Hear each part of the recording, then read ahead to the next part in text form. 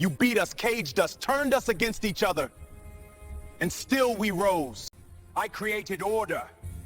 Without me, this place burns. Have absurd. Good. Let it burn. Maybe then the world will finally smell the truth. You're willing to destroy everything? Just to prove a point? Not a point. A promise. What promise? The day the oppressed stand together, the throne falls.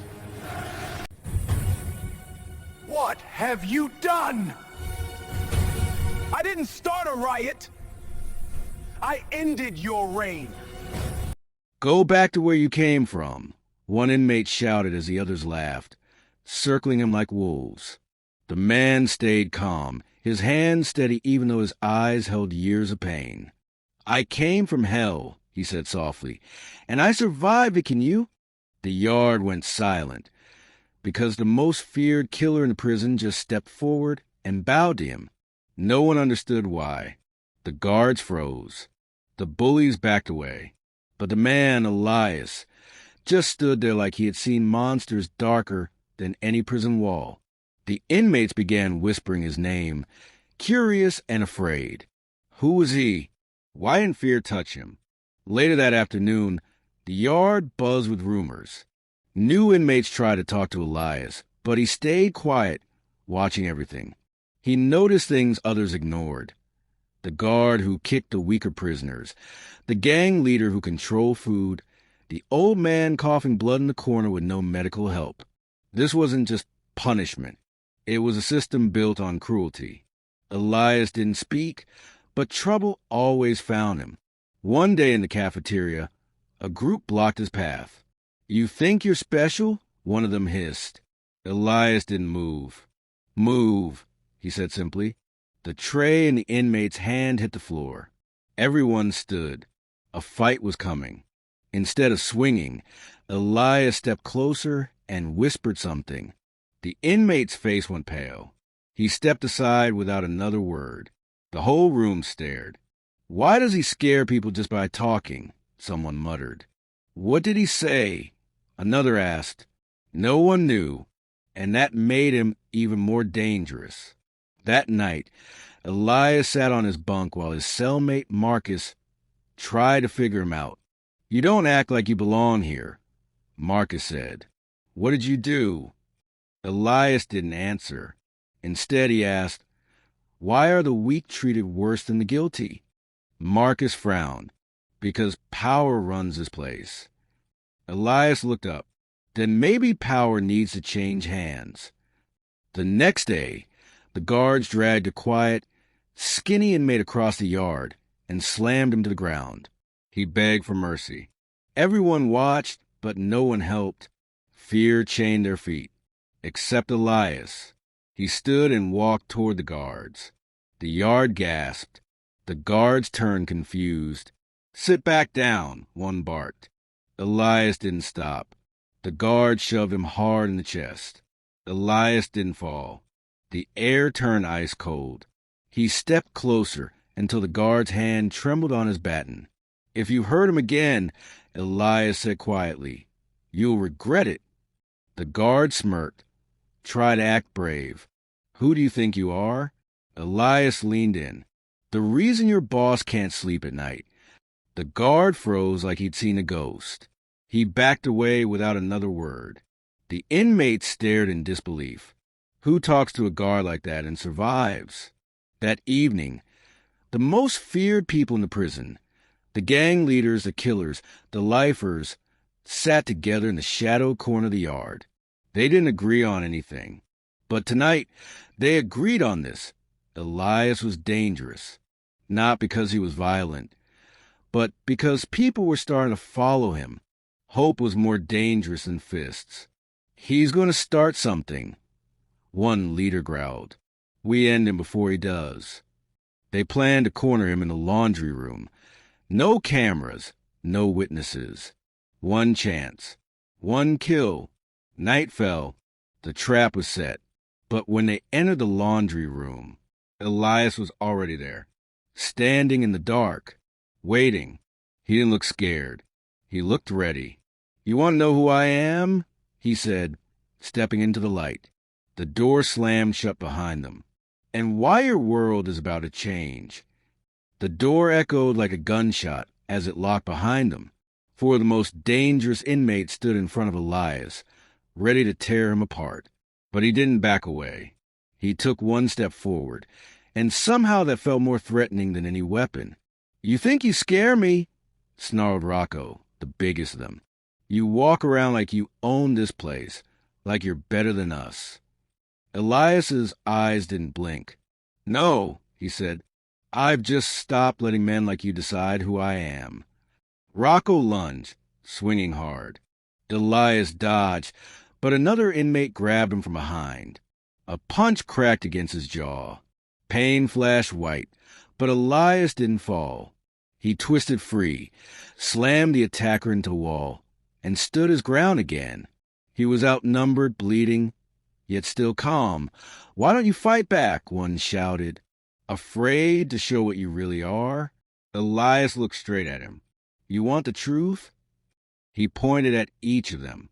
You hate me because I don't look like you, because I don't act like you, because I won't kneel.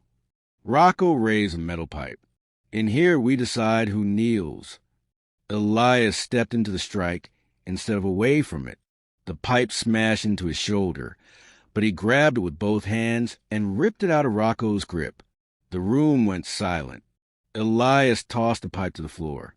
I've been beaten for my skin, spit on for my name, locked in cages because people like you thought I was less, he said, voice steady.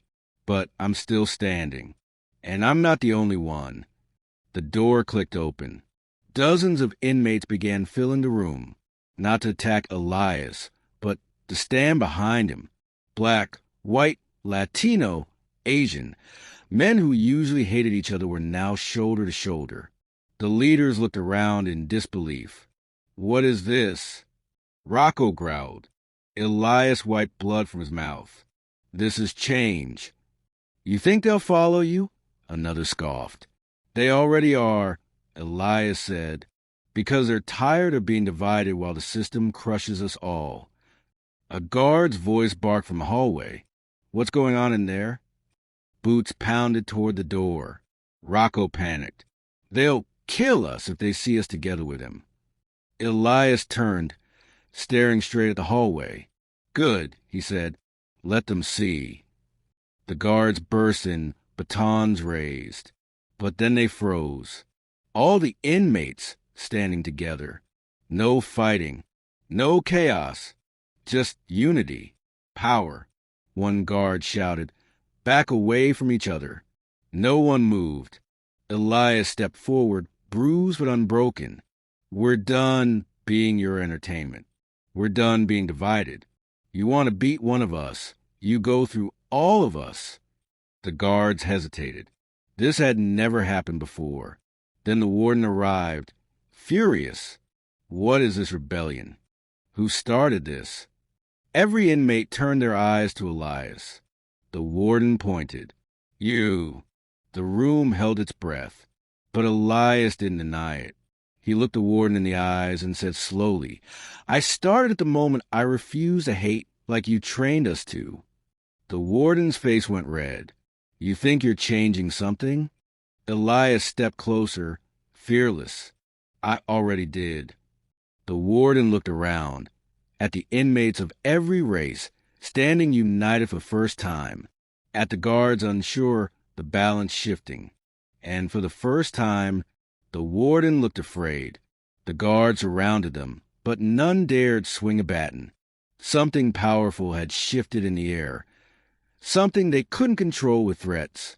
Elias stood at the front of the united inmates, shoulders squared despite the pain. He wasn't the strongest man in the room, but in that moment, he was the most powerful. Lock them down, the warden snapped, but even his voice shook. Solitary for all of them. A guard hesitated. Sir, if we drag them all, the whole prison will riot. The warden's jaw tightened. For years, he used fear to rule, but now fear had turned on him. Fine, he hissed. His eyes narrowed at Elias. Then I'll just bury the one who started it.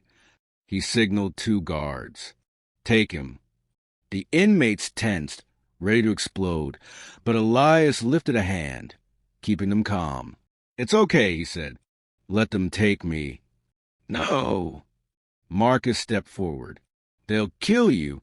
Elias glanced back and gave him a small, steady smile. Only if the world stays silent. Those words hung in the air like fire. As a guard grabbed him, Elias didn't resist. They dragged him down the hall, his footsteps echoing against concrete. Every cell door he passed, hands reached out. Some touched his shoulder. Some just nodded. But every eye held the same thing. Respect. Hope. Promise. They threw him into solitary, the door slamming shut. Darkness swallowed him whole. He sat on the cold floor, breathing slowly. His body ached, but his spirit was louder than any scream. He had planted something. Not fear, fire. Hours passed. Silence grew heavy, until he heard it. Bang! A fist hit a wall. Then another. Then another. Dozens of fists. Hundreds. In every block. On every door. A thunder of unity shaking the prison from the inside out. Elias closed his eyes. They weren't afraid anymore. The guards panicked.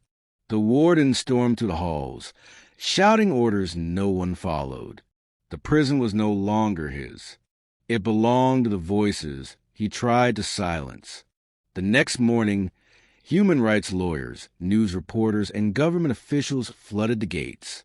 Someone had leaked everything. Abuse, corruption, racism. The world was watching, and the world wanted answers. When they opened Elias's cell, light poured in.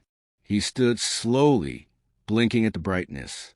The warden glared from behind the officials, desperate, defeated. One reporter stepped forward. Why did they follow you? Elias looked at the inmates lining the corridors. Different faces, different colors, all standing tall. Because I never asked them to kneel, he said. I asked them to stand. The world went silent. And then it listened. If this story touched your heart and you want the next powerful journey against injustice, comment ready and share this message of courage.